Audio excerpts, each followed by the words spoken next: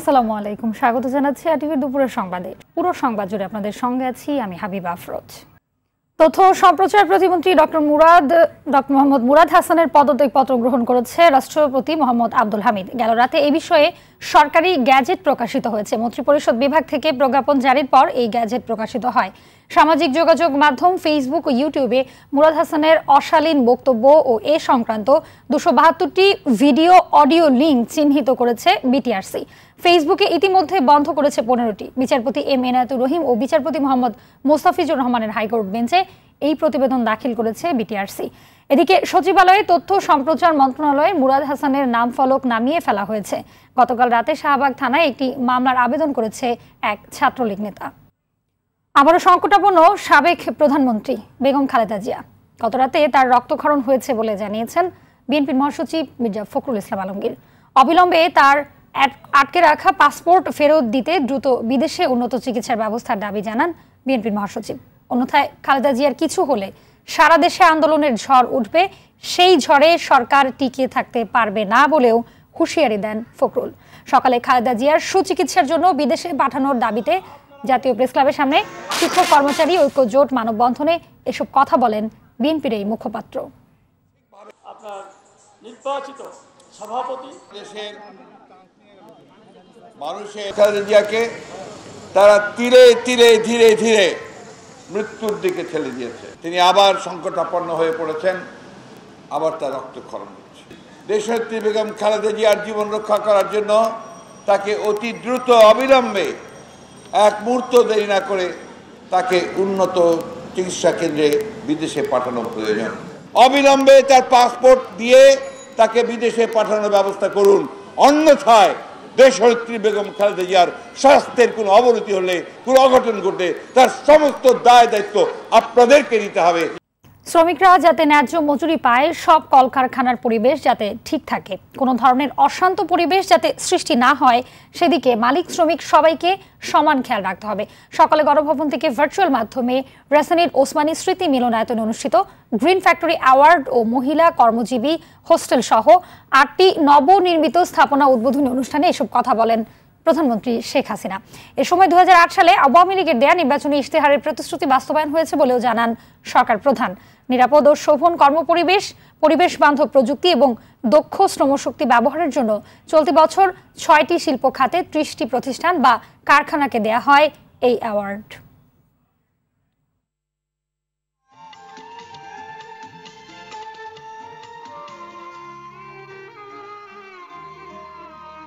শ্রমিক মালিকের একটা সুন্দর সৌহার্দ্যপূর্ণ সম্পর্ক থাকতে হবে, কারণ মালিকদের সবসময় মনে রাখতে হবে যে এই শ্রমরা শ্রম দিয়েই কিন্তু তাদের কারখানা চালু রাখে এবং অর্থ উপার্জনের পথ করে দেয়। আবার সেই সাথে যে শ্রমিকদেরও এই কথা মনে রাখতে হবে যে এই কারখানাগুলি আছে বলেই কিন্তু তারা কাজ করে খেতে পারছেন, তাদের পরিবার পরিজনকে পালতে পারছেন বা তারা নিজেরা আর্থিকভাবে কিছু উপার্জন করতে পারছেন। এই প্রতিযোগিতাময় বিশ্বে যদি শিল্প কলকারখানা এবং উৎপাদন এবং রপ্তানি এটা যদি সঠিকভাবে চলতে হয়, তাহলে কিন্তু কারখানাগুলি যাতে যথাযথভাবে চলে তার ব্যবস্থা নিতে হবে। রাজধানীর কৃষিবিদ ইনস্টিটিউশন মিলনায়তনে যুবলীগের 49তম প্রতিষ্ঠা বার্ষিকীর আলোচনায় বক্তব্য দিচ্ছেন আওয়ামী লীগের সভানেত্রী ও প্রধানমন্ত্রী শেখ হাসিনা। আমার ফুফা আব্দুর রাব সানিয়াবাদ, তার 13 বছরের মেয়ে বেবি, 10 বছরের ছেলে আরিফ, 4 বছরের নাতি সুকান্ত, ভ্রাতুষ পুত্র শহীদ সানিয়াবাদ, সেও মুক্তিযোদ্ধা, আরেকজন ভাগ্নে রিন্টু সহ আমাদের পরিবারে 18 জন সদস্য এবং ব্রিগেডিয়ার জামিল, যিনি রাষ্ট্রপতির সামরিক সচিব ছিলেন, রাষ্ট্রপতিকে আক্রমণ করা হয়েছে শুনে যিনি ছুটে এসেছিলেন, তাকেও ঘাতকের দল নির্মমভাবে হত্যা করে। পুলিশ অফিসার এসবি যে ওই ঘাতকদের দোতলায় উঠতে বাধা দিয়েছিল, হাসিবুর রহমান, তাকে সেখানে গুলি করে হত্যা করে। আমি সকল শহীদের আত্মার মাগফিরাত কামনা করি। বাংলাদেশের মানুষের গণতান্ত্রিক অধিকার ফিরিয়ে আনার জন্য, ভোট ও ভাতের অধিকার প্রতিষ্ঠার জন্য দেশের মানুষের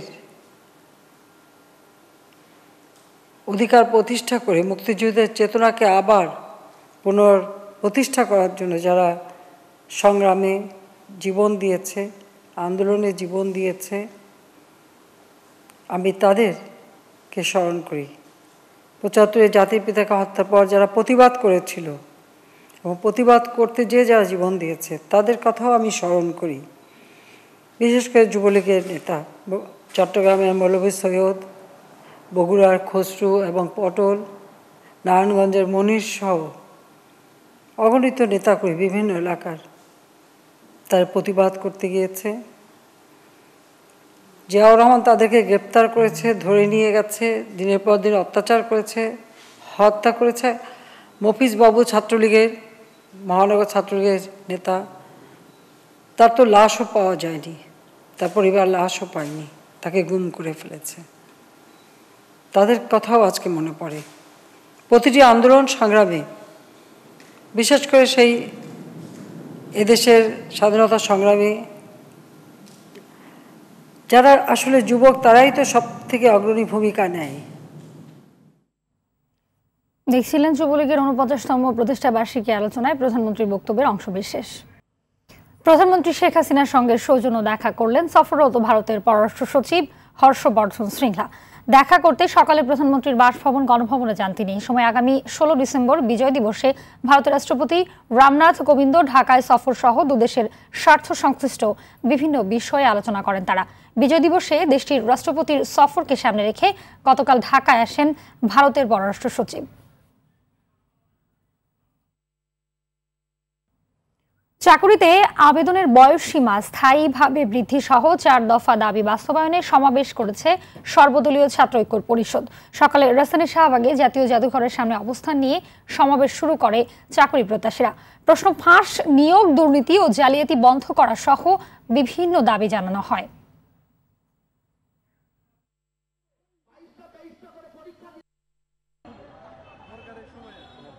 করোনা পরিস্থিতির কারণে গত 2 বছর আমরা চাকরির আবেদন করতে পারিনি। আমরা 2 বছর ক্ষতিগ্রস্ত, এই জন্য এটা আমাদের একটা যৌক্তিক দাবি বলে আমরা মনে করি। একসাথে অনেকগুলো পরীক্ষা দিতে আমাদের সব পরীক্ষাগুলোই আমাদের মিস হয়ে যাচ্ছে। মানে ধারাবাহিকভাবে যদি পরীক্ষার ডেটগুলো দেয় তাহলে ছাত্ররা উপকৃত হয়। আর আমাদের প্রধান দাবি হলো বয়স বৃদ্ধি। প্রশ্নপত্র ফাঁস হওয়ার কারণে আমাদের অনেক মেধাবীরা শিক্ষাক্ষেত্রে তারা সফল হতে পারছে না, চাকরি পাচ্ছে না। এটা আমাদের জন্য, একজন সাধারণ ছাত্রছাত্রীদের জন্য অত্যন্ত লজ্জার। আন্তর্জাতিক বাজারে জ্বালানি তেলের দাম ধারাবাহিকভাবে কমলেও আগামী 3 মাসের মধ্যে দেশে সমন্বয়ের পরিকল্পনা নেই। আরটিভিকে জ্বালানি প্রতিমন্ত্রী নসরুল হামিদ বলেন, এখন দাম পর্যবেক্ষণ করা হচ্ছে। জ্বালানি মন্ত্রণালয়ের এমন অবস্থানে ক্ষুব্ধ ভোক্তারা বলছেন তারা বৈষম্যের শিকার। আর বিশেষজ্ঞরা জানান, দাম বৃদ্ধির সময়ই আইন মানা হয়নি। সেলিম মালিকের রিপোর্টে বিস্তারিত। গেল মাসের প্রথম দিকে প্রতি ব্যারেল অপরিশোধিত জ্বালানি তেলের দাম $11 বেড়ে দাঁড়ায় $83। এমন বাস্তবতায় দেশেও অনেকটাই তড়িঘড়ি করে লিটার প্রতি ডিজেলের দাম 15 টাকা বৃদ্ধি করে সরকার। এতে বেড়ে যায় গণপরিবহনের ভাড়া, পণ্যের দাম ছোটে লাগাম ছাড়া। তবে আসার কথা, আন্তর্জাতিক বাজারে কমতে শুরু করেছে তেলের দাম। কয়েকদিনের ব্যবধানে ব্যারেল প্রতি কমেছে $18, বিক্রি হচ্ছে $66। আন্তর্জাতিক বাজারে বৃদ্ধির সময় তড়িঘড়ি করে সরকার দাম বাড়ালেও এবার কি কমাবেন? কোনো সিদ্ধান্ত আসে নাই, কারণ আমরা ওয়াচ করতেছি প্রাইসটা। মিনিমাম 3 মাস এই কন্টিনিউ প্রাইস না থাকলে তখন আমরা এটা ঠিক করতে পারি, ঠিক আছে? আমি তো রাত দিন কমাতে আর বাড়াতে পারবো। জ্বালানি প্রতিমন্ত্রীর এমন বক্তব্যে ক্ষুব্ধ সাধারণ মানুষ। 3 মাসের মধ্যে নাকি কমবেও না, এর কারণে আমাদের মতো সাধারণ জনগণ হেনস্থা হচ্ছে। আন্তর্জাতিক বাজারে এক রেট, আমাদের এখানে আরেক রেট। আন্তর্জাতিক বাজারে কমবে, আমাদের এখানে বাড়বে, এটা হতে পারে না। একটা স্বাধীন দেশে স্বাধীন মানুষের এরকম একটা বৈষম্য শিকার হওয়াটা এটা অত্যন্ত দুঃখজনক বিষয়। দ্রুত গতিতে একটা সিদ্ধান্ত নিয়ে যেন তেলের দাম নতুন করে ওনারা করে ফেলে। একই মত ব্যবসায়ীদের শীর্ষ সংগঠন এফবিসিসিআই আর বিজিএমএ বলছে 5 বছরের জন্য জ্বালানি নীতি গ্রহণ করা প্রয়োজন। ইন্টারন্যাশনাল মার্কেটে কমে যাচ্ছে, এখন সেটি কমানো উচিত। ইন্ডিয়া এবং বিভিন্ন দেশ তেলের দামটাকে কিন্তু ডলার দামের মতো ইন্টারন্যাশনালের সাথে সমন্বয় করে রেখে দিয়েছেন। আমি মনে করি সেটি করা উচিত। আমাদের প্রবলেমটা হচ্ছে আমরা হঠাৎ বাড়াই এবং আর যখন কমে তখন আর কমাই না। 5 বছরকে বেশ করে নিতে হবে, রাতারাতি কোনো ডিসিশন চেঞ্জ করা যাবে না। কিন্তু অনেকগুলো জিনিস আছে যা একেবারে আমাদের হাতে না। জ্বালানি বিশেষজ্ঞরা বলছেন, তেলের দাম বাড়ানোর সময়ে হাইকোর্টের নির্দেশনা মানা হয়নি। এই প্রস্তাব আনতে হবে লাইসেন্সি হিসেবে বিবিসি কে বিআরসির কাছে আনতে হবে। তারা বিআরসি আইন লঙ্ঘন করে তারা জ্বালানি বিভাগে এই মূল্যায়ন নির্ধারণের প্রস্তাব এনেছে। জ্বালানি বিভাগের কর্তৃত্ব নেই এই মূল্যায়ন নির্ধারণ করার, তারা বিআরসি আইন লঙ্ঘন করে নির্ধারণ করেছে। শিগগিরই বিইআরসির মাধ্যমে গণশুনানি করে জ্বালানি তেলের দাম নির্ধারণ করা প্রয়োজন বলে মনে করেন তিনি। এই মূল্যায়ন রিভিউ করতে হবে এবং সেই রিভিউ বিআরসি কে করতে হবে। সেলিম মালিক, আরটিভি, ঢাকা। হাতিঝিল থেকে কারওয়ানবাজার রুটে অবৈধ মাইক্রো সার্ভিস চালু থাকলেও অদৃশ্য কারণে ব্যবস্থা নেয় না কর্তৃপক্ষ। রাজধানীতে বিআরটি এর 9টি ভ্রাম্যমাণ আদালত কাজ করলেও তারা কখনো এদের বিচারই করেনি। ট্রাফিক বিভাগের দাবি, কোনো কর্মকর্তা জড়িত থাকার সুনির্দিষ্ট অভিযোগ পাওয়া গেলে ব্যবস্থা নেওয়া হবে। পরিবহন বিশেষজ্ঞরা বলছেন, পরিবহন খাতের নৈরাজ্য বন্ধে দুষ্ট চক্র ভাঙতে হবে। সাকিবুর রহমানের ধারাবাহিক প্রতিবেদনের আরও একটি রিপোর্ট দেখুন, আজ থাকছে শেষ পর্ব। রামপুরা টিভি সেন্টার থেকে হাতিরঝিল হয়ে কারওয়ানবাজার রুটে এই অবৈধ মাইক্রো সার্ভিস চলছে প্রায় 1 দশক ধরে। বৈধতা না থাকায় সব দিক ম্যানেজ করে সার্ভিস চালু রাখার কথা জানান পরিচালনাকারীরাই। আমার গাড়ি অপরাধ করছে, গাড়ি কই নিব, গাড়ি দাম থেকে নিবে তো এরপর ড্রাইভার আমি ইস্যু করে মনে করেন ওসিবি দিয়ে ডিসিবি দিয়ে মনে করেন গাড়ি ওখান থেকে আনার ব্যবস্থা করা যাবে। রুট পারমিট ছাড়া রাজধানীর বুকে বছরের পর বছর ধরে কি করে একটি অবৈধ সার্ভিস চলছে প্রশ্ন ছিল বিআরটি এর কাছে। এই সংক্রান্ত দায়িত্ব হচ্ছে মূলত ট্রাফিক বিভাগের, তারাও দেখতেছে আর আমাদের মোবাইল কোর্টের সামনে যেগুলো পড়ে তাদের বিরুদ্ধে আমরা ব্যবস্থা নিচ্ছি। বিক্ষিপ্তভাবে বিভিন্ন লোকের বিক্ষিপ্ত কথা বলতে পারবেন না, আপনারা হয়তো একটা যে কোনো একটা কাগজ পাঠিয়ে দেন আমাদের কাছে, আমরা অবশ্যই ব্যবস্থা নেব।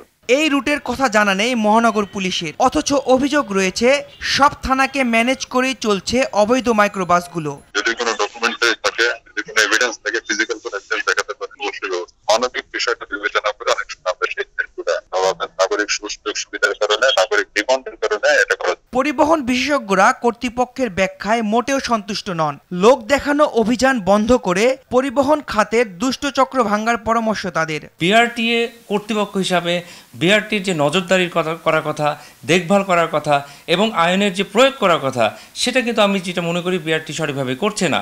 এবং ভ্রাম্যমাণ আদালতের নামে আমরা মাঝে মাঝে যে প্রহসনটা দেখি, সেই প্রহসনের মাধ্যমে কিন্তু এগুলোকে আপনি কেউ কোনোভাবে ঠিক করতে পারবেন না। প্রশাসনের মধ্যেও আমি যেটা মনে করি কিছু দুষ্ট চক্র ঢুকে গেছে। এই দুষ্ট চক্র যদি ভাঙতে না পারে সরকারের যে প্রয়াস, সেটা কিন্তু সফল হবে না। কেবল হাতিরঝিল নয়, সারা দেশে সড়ক নৈরাজ্য বন্ধে রাজনীতিবিদ ও প্রশাসনের অশুভ আঁতাত ভাঙার পরামর্শ বিশেষজ্ঞদের। সাকিবুর রহমান, আরটিভি, ঢাকা। নীলফামারী সদরে ট্রেনে কাটা পড়ে লিমা, রেশমা ও মমিনুর নামে একই পরিবারের 3 শিশু সহ 4 জন নিহত হয়েছেন। সকালে নীলফামারী সদরের বউবাজার এলাকার কুন্দুপুকুর রেল স্টেশনে দুর্ঘটনা ঘটে।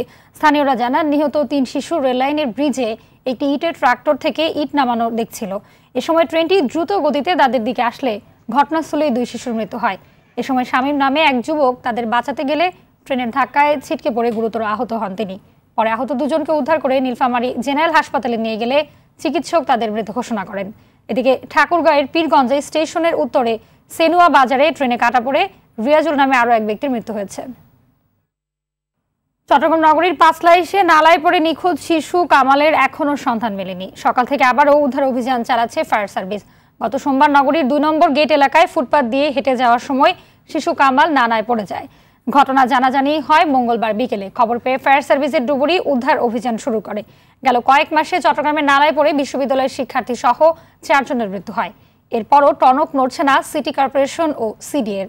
ফুটপাতের গর্ত সংস্কার বাদ দিয়ে তারা একে অপরকে দুষছেন। এ বিষয়ে আরো জানাতে চট্টগ্রাম থেকে সরাসরি যোগ দিচ্ছেন সহকর্মী সাইফুল মাহমুদ। সাইফুল, নিখোঁজ শিশু কামাল উদ্ধারে ফায়ার সার্ভিসের অভিযান সম্পর্কে বিস্তারিত কি তথ্য আছে আপনার কাছে? হাবিবা, আপনি যেমনটি বলেছেন, শিশু কামাল নিখোঁজ হওয়ার 50 ঘন্টা পরও কিন্তু তার যে শিশু কামাল নিখোঁজ হয়ে এখনো কিন্তু আসলে তাকে খুঁজে পাওয়া যায়নি এবং আদৌ তাকে খুঁজে পাওয়া যাবে কিনা সেটাও কিন্তু আসলে সন্দেহান। প্রথম দিন তার বাবা নিজেই কিন্তু আসলে খুঁজেছেন, তারপর দিন থেকে কিন্তু ফায়ার সার্ভিসের কর্মীরা কিন্তু এখনো কিন্তু আসলে উদ্ধার অভিযান অব্যাহত রেখেছেন। এখনো পর্যন্ত আসলে সেরকম কোনো আশা দেখা যাচ্ছে না। সেই সাথে ফায়ার সার্ভিসের কর্মীদের সাথে চট্টগ্রাম সিটি কর্পোরেশনের পরিচ্ছন্ন কর্মীরাও কিন্তু যোগ দিয়েছেন। কোনোভাবেই কিন্তু আসলে যে আশা আছে সেটা কিন্তু দেখা যাচ্ছে না, যেহেতু এই ড্রেনগুলি কিন্তু অনেক বিশাল বিশাল এবং ড্রেনের নিচে কিন্তু বড় বড় পাইপ আছে। সেই পাইপগুলোতে কিন্তু আসলে 12 থেকে 15 ফিট পানি আছে এবং এখানে কিন্তু প্রচুর পরিমাণে ময়লা ছিল। গতকাল রাতে কিন্তু সিটি কর্পোরেশনের বিশাল বিশাল গাড়ি কিন্তু এই আবর্জনাগুলি সরিয়েছেন। এই আবর্জনার নিচে একটা থাকতে পারে বলে ধারণা করা হচ্ছে, কিন্তু আবর্জনা সরানোর পরও কিন্তু এখনো আসলে দেখা যাচ্ছে না। আপনারা দেখতে পাচ্ছেন সিটি কর্পোরেশনের পরিচ্ছন্ন কর্মী, সেই সাথে ফায়ার সার্ভিসের কর্মীরা কিন্তু আসলে এই উদ্ধার অভিযান অব্যাহত রেখেছে এবং এখন কিন্তু ফায়ার সার্ভিসের কর্মীরা ডুবুরিরা কিন্তু আবার নতুন করে কিন্তু অভিযান শুরু করতেছেন। যেহেতু এখানে আসলে বড় বড় গর্তের মধ্যে ওনারা যাবেন, সেই জন্য কিন্তু আসলে লাইফ জ্যাকেট পরে কোমরে রশি বেঁধে ওনারা নামার জন্য প্রিপারেশন নিচ্ছেন। ফায়ার সার্ভিসের কর্মীরা কিন্তু আসলে উদ্ধার অভিযান অব্যাহত রেখেছেন। একই সাথে আমি আরেকটি বিষয় জানিয়ে রাখি, এখানে কিন্তু পরস্পর বিরোধী বক্তব্য পাওয়া যাচ্ছে। সিটি কর্পোরেশনের মেয়র এবং সিডিআর উভয় পক্ষ কিন্তু একজন আরেকজনকে দোষারোপ করে কিন্তু বক্তব্য দিচ্ছেন। কেউ কিন্তু আসলে এইটার দায়ভার নিতে কিন্তু রাজি হচ্ছে না। ধন্যবাদ আপনাকে। চট্টগ্রাম থেকে জানাচ্ছিলেন সহকর্মী সাইফুল মাহমুদ। টাঙ্গাইলের কালিহাতীতে ওয়ার্ড আওয়ামী লীগের সভাপতি জসন খলিফা হত্যার বিচার দাবিতে বিক্ষোভ ও মানববন্ধন করেছে পরিবারের লোকজন ও এলাকাবাসী। উপজেলার মর্গা বাজারে এই মানববন্ধন হয়। এই সময় হত্যাকারীদের দ্রুত গ্রেপ্তার করে বিচারের দাবি জানান তার পরিবার ও এলাকাবাসী। গেল 31 অক্টোবর জসন খলিফার বাড়িতে হামলা চালায় সন্ত্রাসীরা। পরে হামলায় গুরুতর আহত হয়ে ঢাকা মেডিকেল কলেজ হাসপাতালে চিকিৎসাধীন অবস্থায় মৃত্যু হয় তার।